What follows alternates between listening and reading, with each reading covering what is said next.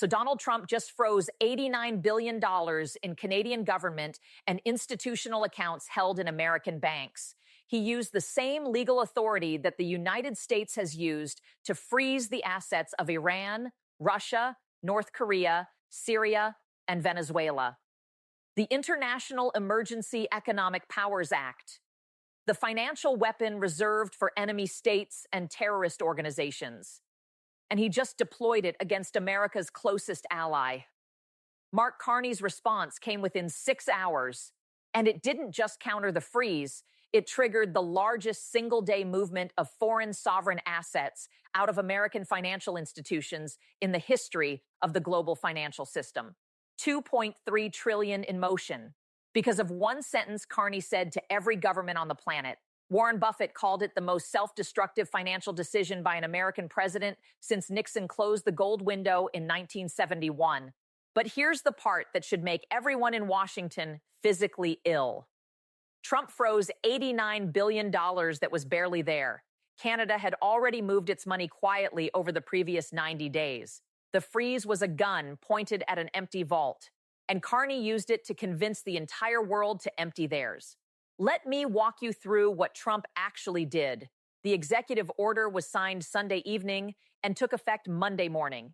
It invoked the International Emergency Economic Powers Act, IEEPA, the legal authority that gives the president extraordinary power to freeze foreign assets in response to what the executive branch declares a national emergency. This is not a routine trade tool. This is not a tariff. This is the most powerful financial weapon in the American arsenal. The same statute used to freeze Iranian assets after the hostage crisis. The same statute used to lock Russian oligarch fortunes after the invasion of Ukraine. Every single previous use of this authority targeted nations that the United States considered hostile enemies, adversaries, rogue states, sponsors of terrorism. And Trump just aimed it at Canada. The order froze 3 categories of Canadian assets. First, Canadian government accounts held in U.S. banks. Second, Crown Corporation accounts, the financial holdings of Canadian state-owned enterprises. Third, Canadian institutional investment accounts, including pension funds and university endowments, total frozen, approximately $89 billion. The legal justification cited economic emergency caused by hostile Canadian trade actions that threaten American national security and economic stability. Legal scholars immediately challenged the characterization. IEPA requires a genuine emergency. A trade dispute with a democratic ally that shares the world's longest undefended border does not meet that threshold. The freeze was immediate, no phase-in period, no diplomatic notification of any kind. Canadian financial officials discovered what had happened when Monday morning transactions failed to execute. Wire transfers bounced. Account access was denied. Canada's finance ministry learned what was happening from panicked calls from its own banking institutions, not from the White House. No phone call, no diplomatic cable. Canadian institutions tried to access their own money and discovered a foreign government had locked the door overnight. The intended effect was straightforward. With $89 billion frozen in American banks, Canada would be under enormous pressure to come to the negotiating table on American terms. The money was leverage. The accounts were hostages. It was the logic of a kidnapper applied to international finance. And it assumed the victim had no contingency plan. They assumed wrong. Because Mark Carney, a man who spent 13 years at Goldman Sachs learning exactly how financial systems work, who ran the Bank of Canada through a global financial crisis, who ran the Bank of England through Brexit, had been preparing for this scenario for months. 6 hours after the freeze took effect, Carney appeared at a podium in Ottawa. He opened with a sentence that sucked the air out of every newsroom on the planet.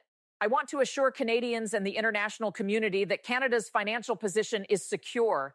The actions taken by the United States this morning affect approximately $12 billion in Canadian institutional assets, not $89 billion. $12 billion. The room went silent. Carney explained that Canadian intelligence, working with the Bank of Canada, had assessed the likelihood of an American asset freeze as probable for the previous 4 months. Once the assessment moved from possible to probable, Canada initiated what the finance ministry internally called Operation Sovereign Shield. Over 90 days, Canada systematically withdrew sovereign and institutional assets from U.S. financial institutions. The transfers were conducted gradually in amounts calibrated to avoid triggering market attention. Assets were moved to Canadian domestic banks, to the Bank of England, to the European Central Bank's custodial facilities, and to a new Canadian sovereign wealth vehicle domiciled in Switzerland. Every transfer was documented.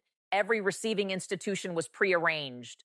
The operation was executed with the precision of a central banker who understood exactly how money moves through the global system.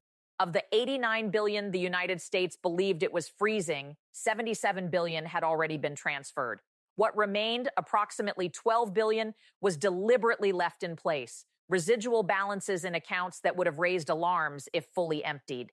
Trump froze $89 billion that wasn't there. He pointed a gun at a vault that had been quietly emptied over 3 months by a man who knew the gun was coming. That was move one. Move two came within 1 hour.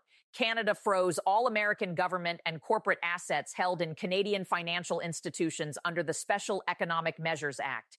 Total frozen, approximately $143 billion.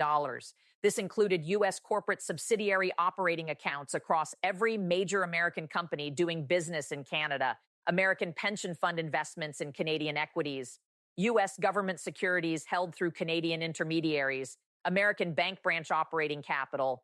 $143 billion frozen by Canada versus $12 billion actually captured by the United States. The hostage taker had just discovered two things simultaneously. Their hostage had already escaped, and the hostage had more hostages of their own. 12 times more. Move three was the move that shocked markets. Carney held a second statement, this one addressed explicitly to the international community.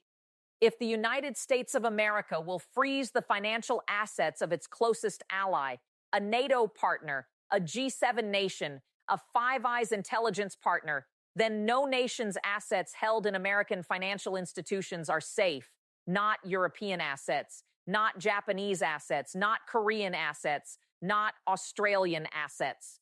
Then he delivered the sentence that will be studied in finance textbooks for the next century. Your money in American banks is not a deposit, it is a hostage. That sentence broke the global financial system, not because it was dramatic, because it was true. And